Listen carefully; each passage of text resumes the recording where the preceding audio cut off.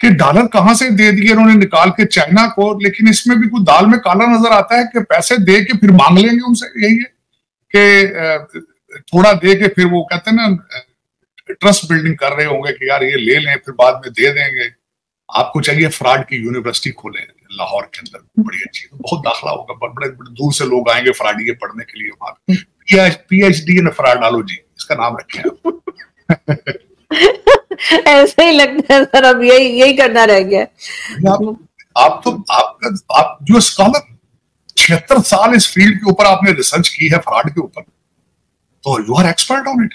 कुछ भी ये भी है, इससे ही पैसे बना ले।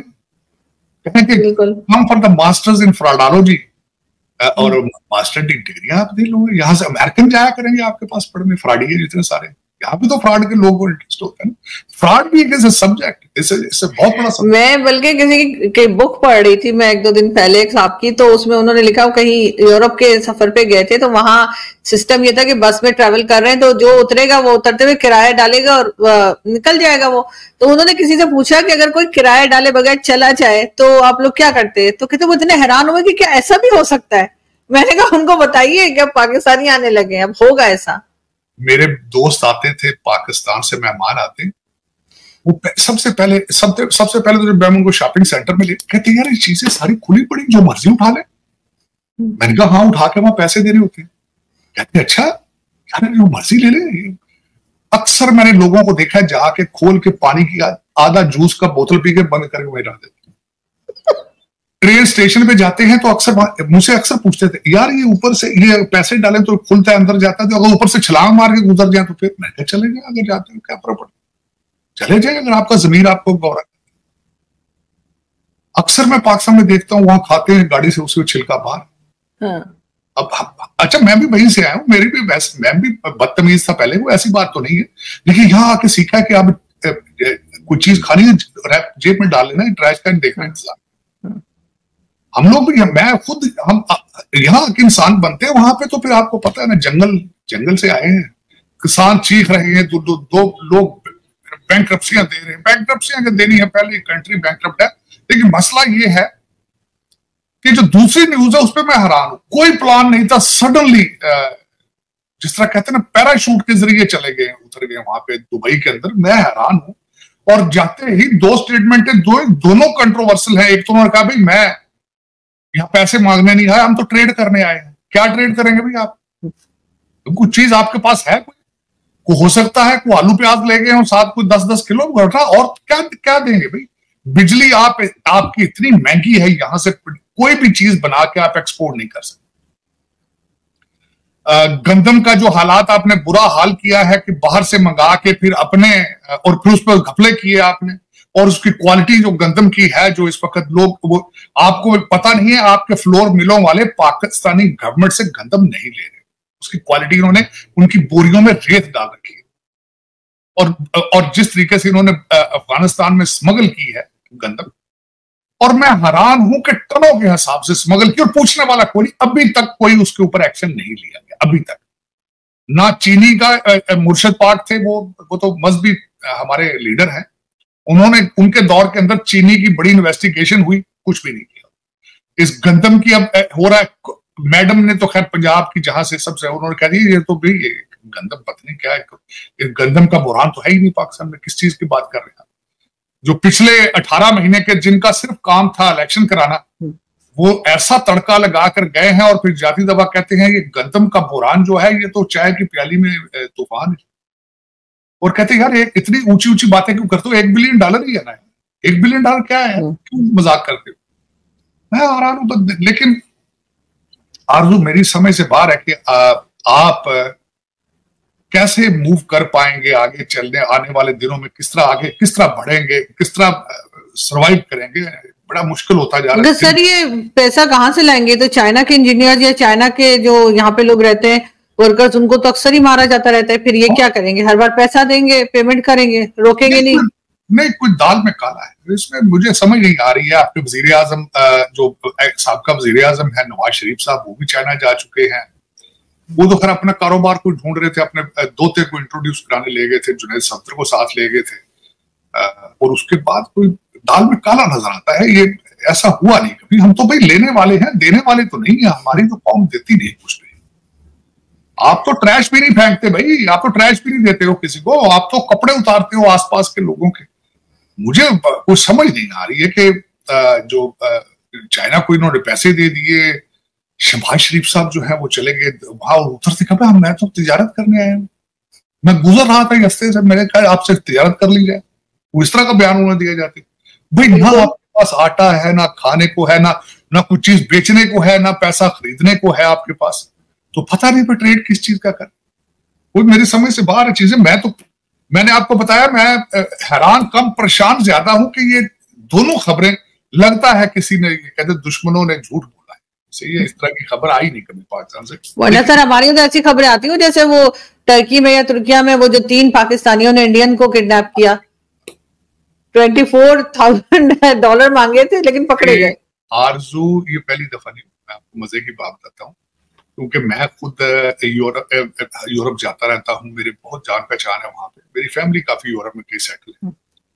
वहां पे ये पहली दफा उन्होंने भारतीय शहरी को उन्होंने किडनैप किया है, वरना रूटीन है ग्रीस के अंदर, इटली के अंदर, स्पेन के अंदर, कि ये किसी बच्चे का पता चल जाए कि इसके माँ बाप के पास पैसे हैं, पीछे इनकी जमीन है, कारोबार है, उसको किडनैप कर लेते हैं पाकिस्तानी बच्चे, फिर उसको मार मार के उसकी वीडियो बना बना के पीछे भेजते हैं, फिर पैसे लेते हैं उससे। ये तो एक बहुत पुराना है ये सिलसिला है, ये कोई नया नहीं है। हाँ, ये जरूर नया है कि पहली दफा वो भारतीय थे तभी पकड़ भी गए।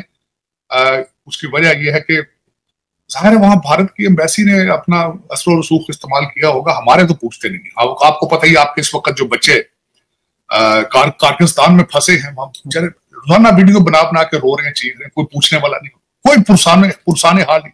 बल्कि मेरी इंफॉर्मेशन के हिसाब से वहां पे कुछ छोटा सा हमला है, 3-4 बंदों की एम्बेसी है आपकी, उन्होंने भी अपने फोन बंद कर दिए, ब्लॉक कर दिए, या उठाते हैं उठा के बंद कर देते। तो हमारे तो फिर कोई पूछने वाला कोई नहीं होता ना। एम्बेसियों के अंदर आपके कौन से मुलाजिम, आपको पता कौन होते हैं मुलाजिम? आप पाकिस्तान के ताकतवर लोगों के बच्चे होते हैं, एम्बेसियों में लगाए जाते हैं सिफारशी तौर, और जजों जर्नैलों के और ये सियासतदानों के साले बहनोई लड़के, ये सारे इस तरह वो उन्हें पता होता है कि हमें ना कोई निकाल सकता है, ना हमें ट्रांसफर कर सकता है, वी आर इनविंसिबल। और सिर्फ 2 काम आपकी एम्बेसियां करती हैं, शनाख्ती कार्ड रिन्यू करते हैं या फिर कोई पासपोर्ट रिन्यू करते हैं, और कुछ भी नहीं। आपको देखे ना, एम्बेसी क्या होती है? आपके रिलेशनशिप दूसरे कौमों के साथ, तिजारत। मुझे आज तक याद है कि एक दफा एक इकोनॉमिक मिनिस्टर था किसी एम्बेसी का, तो उसने थोड़ी बदतमीजी की किसी पाकिस्तानी के साथ। मैं भी बैठा था, मैंने कहा यार इस तरह तो ना करो, इसके साथ क्यों इस तरह बदतमीजी से पेश आ रही हो? तो उसने बड़ा अकड़ के कहा, मुझे पता था वो किसी का साला था, वो ब्रदर इन लॉ था उसने।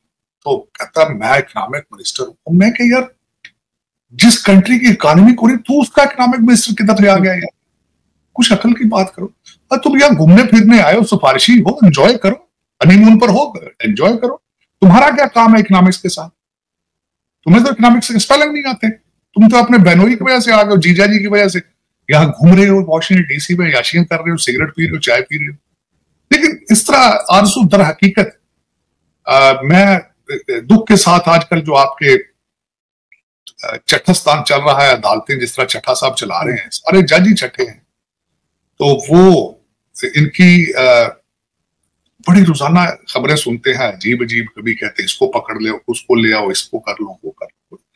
आज फिर ताड़ साहब अलग अपनी सफाइयां पेश करते फिर रहे हैं कि जजों का काम सियासी बयान देना नहीं है। वैसे जाती तौर पर मैं कहूं जजों को वाकई बयान नहीं देने चाहिए, जजों के फैसले बोलते हैं।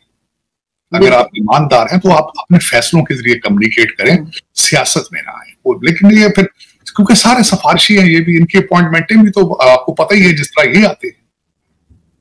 जिस कौम के अंदर आपने शराफत प्रमोट करना छोड़ दिया हो, जहां आपका कोई डेस्टिनेशन ही कोई ना हो, इस वक्त आपके जो ज्यादातर जो है इस वक्त आपके जजेस हैं, उनके बच्चे सारे डुअल सिटीजन हैं, बाहर बैठे हैं, बस वो वहां से कमा कमा के उनको भेज रहे हैं, टोरंटो में चले जाएं, आप लंदन में चले जाएं। और आपकी एजेंसियों को सब पता है, ऐसी बात वो हम नई बात नहीं कर रहे हैं। लेकिन यही है, आपकी एजेंसियों को चलाने वाले भी जो उनके बच्चे बाहर ही हैं, जिस तरह आपने देखा ना SSP राव इनवार का सारी दुनिया को पता। जय हिंद दोस्तों, India versus Pakistan YouTube channel में आपका बहुत बहुत स्वागत है। तो आपने हमारा पाकिस्तान वीडियो रिएक्शन तो देखा है, इसमें क्या दिखाया गया है। तो पाकिस्तान की हालत बद से बदतर होती चली जा रही है क्योंकि उसने ऐसे कारनामे कर रखे हैं। अब 72,000 करोड़ का जो ये पड़ा है ना, 72 करोड़ चीनियों ने लगाया है इनके ऊपर। अब 72 करोड़ जुर्माना इनको देना पड़ेगा। अभी हाल फिलहाल में आपको पता होगा जो चीनी काफिले के ऊपर आतंकी हमला हुआ था, उसमें 5 चीनी नागरिक मारे गए थे। फिर क्या है, 5 चीनी नागरिक मारे जाने की खबर आई थी। इसमें चाइना ने 72 करोड़ रुपए पाकिस्तान से हर्जाना के तौर पर मांगे हैं।